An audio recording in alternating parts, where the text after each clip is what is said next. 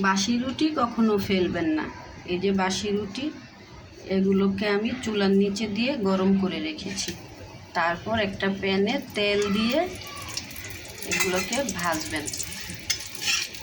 এগুলো ভাজলে কি হবে, বিকেলবেলা আপনি যখন অবসর টাইমে বসে থাকবেন তখন এগুলো ভেজে চা দিয়ে খাবেন।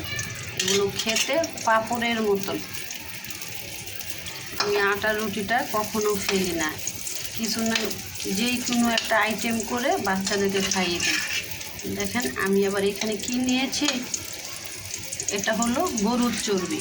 অনেকে আছে গরুর চর্বিটা খায় না, ফেলে দেয়, বা অনেকে মজা করে খায়। দেখেন আমার চর্বিটাকে আমি মশলা দিয়ে গরম করে রেখেছি, দেখতে কত সুন্দর একটা ভাব চলে আসছে। এই যে আমি এগুলো ভেজে নিয়েছি, যে দেখতে কত সুন্দর লাগতেছে। এগুলো যদি আপনি সস দিয়ে খান, বিকেলবেলা অবসর টাইমে বসে আছেন, চা দিয়ে খাবেন, আপনার সময়টাও কেটে যাবে, আপনার খাবারটাও নষ্ট হবে না।